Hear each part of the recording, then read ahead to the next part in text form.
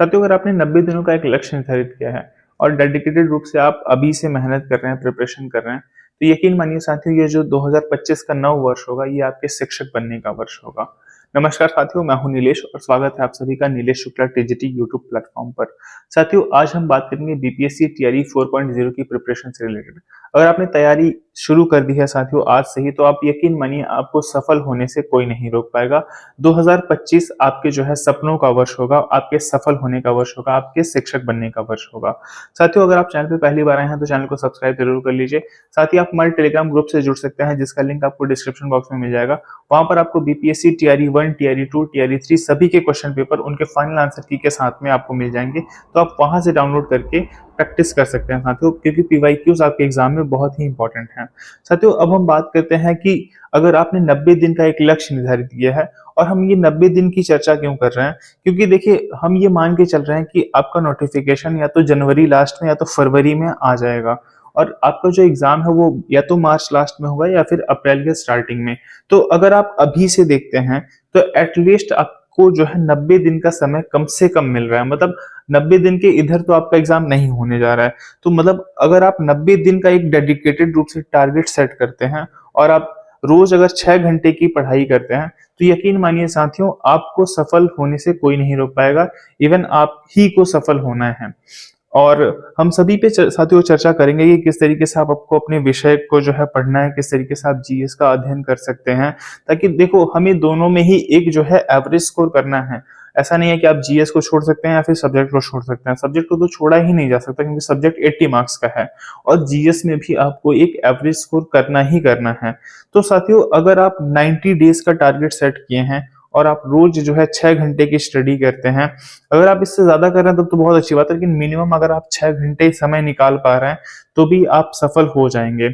साथियों, चूंकि देखा जाए 80 में से अगर आप देखेंगे तो अपने विषय में आपके पास एक अच्छा स्कोप होता है कि आप अपने विषय में बहुत अच्छा स्कोर कर सकते हैं। और चूंकि देखो कोई भी वैकेंसी, चाहे वो टीआरई 4 की वैकेंसी हो या 2025 में अगर हम बात करें साथियों, आपको हर प्रकार की जो है टीचिंग वैकेंसीज देखने को मिलेंगी।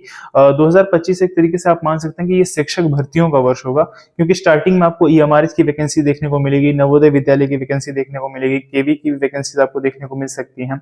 तो आपका बीपीएससी टीआरई 4.0 आ ही रहा है, तो जो भी साथियों वैकेंसीज हैं, मतलब आप एक ही प्रिपरेशन से सभी की जो है तैयारी कर सकते हैं और किसी ना किसी में आप जरूर सफल हो सकते हैं। तो आपको अपने विषय पे साथियों बहुत अच्छा कमांड करना है। देखिए, अगर आप चूंकि शिक्षक बनने जा रहे हैं साथियों, आपको बच्चों को वही विषय जो है पढ़ाना है, तो आपका अपने विषय पे कमांड होना बहुत ही आवश्यक है। बहुत से साथी क्या करते हैं कि वो शॉर्टकट की तलाश में पढ़ते हैं, कोई गाइड टाइप की किताब पढ़ते हैं अपने जो है सब्जेक्ट को प्रिपेयर करने के लिए। लेकिन मैं कहूंगा साथियों कि आप इन सभी चीजों से बचिएगा थोड़ा। आप एनसीईआरटीज को जो है मूल एनसीईआरटीज हैं, आप उनका अध्ययन करिए और उन्हीं का बार बार आप अध्ययन करिए। उनसे जो है जो भी क्वेश्चंस बन पाए आप उन क्वेश्चंस को प्रैक्टिस करिए। अगर आप ऐसा करते हैं तो आप निश्चित तौर पर साथियों अपने विषय को बहुत अच्छे से प्रिपेयर कर लेंगे। और केवल देखिए एनसीईआरटीज ही चूंकि सफिशिएंट है नहीं, आपको चूंकि अगर आप स्पेशली बीपीएससी टीआरई 4.0 की प्रिपरेशन कर रहे हैं तो आपको इसमें एससीईआरटी को भी देखना पड़ेगा। एससीईआरटी से भी चूंकि आपको देखना पड़ेगा क्वेश्चंस वहां से आ रहे हैं या नहीं आ रहे हैं, और अगर आ रहे हैं तो किस जो है सेगमेंट से क्वेश्चंस पूछे जा रहे हैं। तो आप एससीईआरटीज को भी प्रिपेयर करिए, एनसीईआरटीज को भी अच्छे से प्रिपेयर करिए। एससीईआरटी साथियों आपको बिहार बोर्ड की एक वेबसाइट है, ई लॉट्स नाम है, अगर आप सर्च करते हैं तो आपको वहां से लगभग एससीईआरटीज मिल जाएंगी। शायद कुछ क्लासेस की नहीं है, लेकिन आपको लगभग एससीईआरटी की बुक्स वहां से उपलब्ध हो जाएंगी, सभी क्लास की सभी विषयों की। तो इस तरीके से साथियों एनसीईआरटी एससीईआरटी से आपके विषय का बेस तैयार होता है, और ये आपको हर एग्जाम में ही जो है इसका बेनिफिट मिलेगा, केवल बीपीएससी टीआरई 4.0 में नहीं, बल्कि अगर आप कोई भी टीचिंग एग्जाम की प्रिपरेशन करते हैं तो वहां डीएसएसबी हो, कोई भी वैकेंसी हो, वहां पे आपको जो है एनसीईआरटी से बेनिफिट मिलता है। तो एनसीईआरटी अगर आप कर लेते हैं और स्पेशली बीपीएससी टीआरई 4.0 पे अगर आप एससीईआरटी को अच्छे से कवर कर ले रहे हैं साथियों, और देखिए मैं आपको ये कहूंगा कि आप 4 घंटे जो है अपने विषय को दीजिए डेली, और 2 घंटे आप जीएस के लिए निकालिए, क्योंकि देखिए जीएस भी एक इंपॉर्टेंट जो है रोल प्ले करता है अगर आप देखेंगे आपके एग्जाम में। क्योंकि बहुत से साथी जिनका विषय में बहुत अच्छा स्कोर आता है और जीएस में वो जो है अच्छा स्कोर नहीं कर पाते, तो जो है उनका सिलेक्शन रुक जाता है। मतलब मैं ऐसे भी लोगों को जानता हूँ जो अपने सब्जेक्ट में 65 तक किए हैं, 80 में से 65 तक किए हैं, लेकिन उनका जीएस में जो है उतना अच्छा मार्क्स नहीं आ सका, 15-16 मार्क्स आ सका और उनका सिलेक्शन नहीं हो सका। तो आपको जीएस को भी साथियों इग्नोर नहीं करना है। जीएस में भी आपको एक एवरेज अगर स्कोर में बात करूं तो आपको 20-22 के ऊपर ही स्कोर करना है अगर आपको सफल होना है तो। और देखिए ये 20-22 स्कोर आप कैसे करेंगे, अभी हम इस पे चर्चा करेंगे, पहले हम जो है विषय पे ही बात कर लेते हैं। तो अगर आप एनसीईआरटी और एससीईआरटी को बेहतर तरीके से तैयार कर लिए हैं, आपको शुरुआत यहीं से करनी है साथियों। अगर आप कोई भी किताब, कोई भी नोट्स कुछ मत पढ़िएगा, आपको शुरुआत एनसीईआरटी और एससीईआरटी से ही करनी होगी। इसके बाद अगर आप कर लेते हैं तो आप कोई भी गाइड टाइप की किताब पढ़ सकते हैं जो आपके विषय से लगभग आपके जितने भी फैक्चुअल जानकारी है, फैक्चुअल नॉलेज है, आपको वो क्लियर हो जाए। क्योंकि हम देखते हैं कि एनसीईआरटी हो या फिर एससीईआरटी हो, जो कि वो बच्चों की किताबें हैं ना, तो उसमें इतने ज्यादा फैक्ट्स नहीं इंक्लूड किए जाते, ताकि एक जो क्लास 9th का बच्चा है, 10th का बच्चा है, या कोई भी क्लास की अगर आप एनसीईआरटी एससीईआरटी पढ़ रहे हैं तो वो उस क्लास के बच्चे के लिए है। तो आपको चूंकि देखिए उस विषय का शिक्षक बनना है, तो आपको एनसीईआरटी एससीईआरटी में जो इन्फॉर्मेशन, जो भी फैक्ट्स है, जो भी इन्फॉर्मेशन है, वो तो आपको याद करना ही है। इसके साथ ही साथ अगर आप एक कोई गाइड टाइप की किताब रखेंगे, या फिर आप जो है अगर YouTube से ही किसी का आपको वीडियो अच्छा लगता है तो अगर आप उसे फॉलो करते हैं, तो ये क्या होगा कि अगर आप एक्स्ट्रा एड ऑन करते हैं अपने विषय में तो इसका आपको बेनिफिट ही मिलता है। मतलब आप एक ऑथेंटिक किताब जरूर पढ़िए। कोई गाइड भी आप पढ़ सकते हैं, अगर कोई ऑथेंटिक किताब है आप उसे भी पढ़ सकते हैं। साथ में आप एनसीईआरटी एससीईआरटी का अध्ययन करिए, तो निश्चित तौर पर ये जो आपने 90 दिन का लक्ष्य बनाया है, देखिए 90 दिन का गुणा आप 6 घंटे से करेंगे, क्योंकि आपको रोज जो है 6 घंटे का समय निकालना है। और चूंकि देखो ये जरूरी नहीं होता कि आप हर दिन ही 6 घंटे पढ़ पाए, हो सकता है कभी आप 4 घंटे पढ़ पाएंगे, तो हो सकता है कभी आप 7 घंटे पढ़ पाएंगे।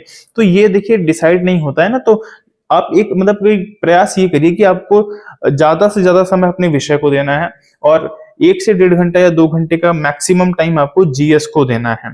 तो विषय पर हम साथियों बात कर चुके हैं, अब हम बात कर लेते हैं जीएस पर। देखिए जीएस पर मैं ऑलरेडी वीडियो भी अपलोड कर चुका हूँ, स्ट्रेटजी वीडियो आप हमारे चैनल पर ही जो है देख सकते हैं, अवेलेबल है।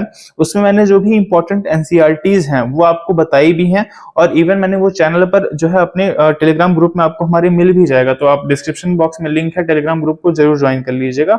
वहां पे आपको जो भी एनसीईआरटीज हैं वो सभी उपलब्ध हैं, जो इंपॉर्टेंट एनसीईआरटीज हैं, तो मैंने वो सभी आपको बता दिया है। और वो सभी एनसीईआरटीज को आप अच्छे से चाहे तो पढ़ सकते हैं, या फिर आप चाहे तो उन एनसीईआरटीज को चैप्टर वाइज चैप्टर सर्च करके यूट्यूब से भी पढ़ सकते हैं। क्योंकि देखो होता क्या है कि हम पेज बाय पेज नहीं पढ़ पाते हैं, क्योंकि एनसीईआरटीज में बहुत ज्यादा पढ़ने को होता है। जैसे अगर मैं आपसे कह दूं कि 6 to 10 आपको साइंस पढ़ना है या 6 to 10 आपको ज्योग्राफी पढ़ना है, तो वैसे तो आपको लगेगा कि आपको बहुत ज्यादा पढ़ना है, लेकिन अगर आप यूट्यूब पे साथियों सर्च करते हैं और कोई वीडियोस अगर आपको मिल जाती है, तो आप उसे चैप्टर वाइज चैप्टर या फिर कोई किताब ही आपको लगभग जो है वो कम समय में ज्यादा आप प्रिपेयर कर पाते हैं।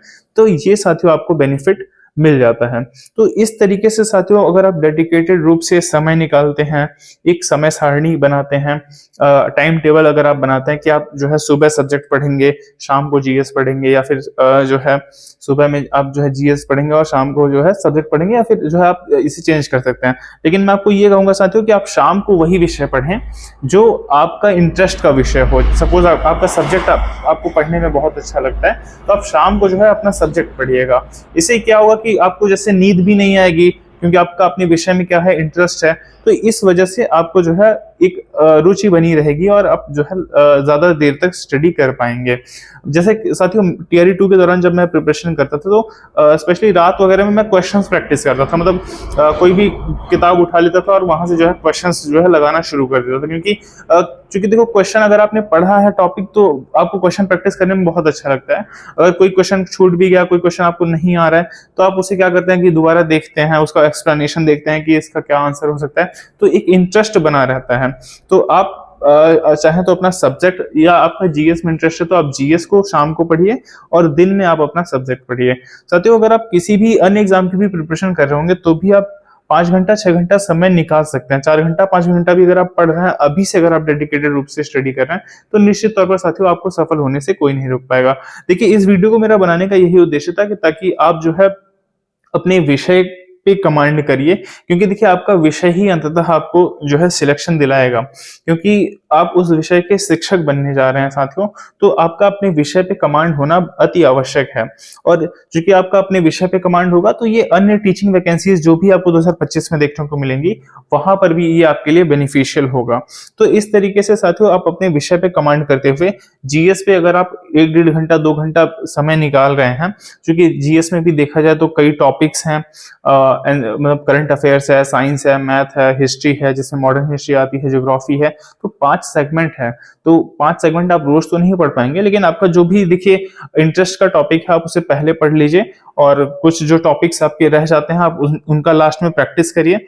और जो भी टॉपिक जैसे आपको जो चीजें नहीं समझ में आती, सपोज आपके लिए मैथ्स अगर टफ लगता है, आपको साइंस टफ लगता है, तो देखिए जो टॉपिक आपको टफ लगते हैं, और चूंकि देखो यहाँ से 8-8 नंबर के ही क्वेश्चन आने हैं, तो इस पे बहुत ज्यादा टाइम देने का प्रयास मत करिएगा कि आप जो है साइंस के लिए कोई अच्छी सी किताब पढ़ने लग गए, कोई बड़ी सी किताब पढ़ने लग गए, बल्कि आप एनसीईआरटीज को आधार बनाकर ही मैंने आपको जो है ये सजेस्ट भी किया है, जो आप हमारे जीएस प्रिपरेशन से अगर आप वीडियो देखेंगे, तो मैंने आपको कहा है कि आप केवल जो है यूट्यूब के माध्यम से भी प्रिपेयर कर सकते हैं एनसीईआरटीज को, और उतना ही आपके लिए सफिशिएंट भी होगा। लगभग आप 20-22 क्वेश्चन तो बड़े आराम से सॉल्व कर पाएंगे। तो ये साथियों आपके 90 दिन की स्ट्रेटजी पर वीडियो है, और अगर आप कहेंगे तो मैं कभी डेडिकेटेड रूप से एक आपका क्या टाइम टेबल हो, किस टाइम पे आप किस विषय को अध्ययन करें, मैं इसको भी बनाने का प्रयास करूंगा। अगर आप कमेंट में कहेंगे तो मैं जरूर इस पे भी एक वीडियो बना दूंगा। साथियों इस वीडियो को देखने के लिए बहुत बहुत धन्यवाद, और अगर आपको हमारा ये वीडियो पसंद आता है तो चैनल को आप सब्सक्राइब कर सकते हैं। साथ ही डिस्क्रिप्शन बॉक्स में हमारे टेलीग्राम ग्रुप का लिंक है, तो आप हमारे टेलीग्राम ग्रुप से भी जुड़ सकते हैं। Thank you for watching.